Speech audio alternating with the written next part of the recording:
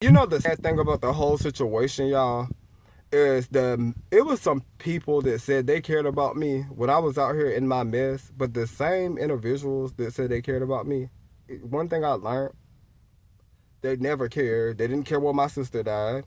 They didn't care about that I was going down a dark spiral where I had no choice but step through those drugs to get close as I could. And when I tell y'all close, I don't know if you ever have held your baby, a newborn baby, or held somebody tight that you loved and you didn't want to let them go. But that's how I held on to that journey. I went down that dark path with doing drugs or whatever. And God taught me so much in the dark places, y'all, to the point it blows my mind how smart I've got, how much God has taught me. When people looked at me and be like, you're losing it, boy. You're losing it. Stop watching the stuff you watching. Stop.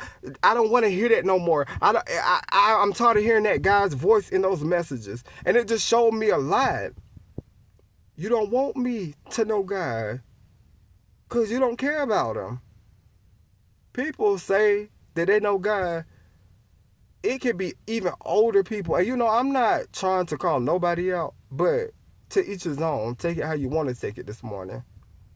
When God gives you some words, sometimes the words may not come out, the way you think they may come out. They may come out, kind, but get to the point. And I don't have to cuss this morning.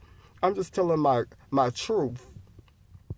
The grace that brought me through, the grace was that God still spared me through every dark night, every trial and tribulation, every bump, everything that happened to me.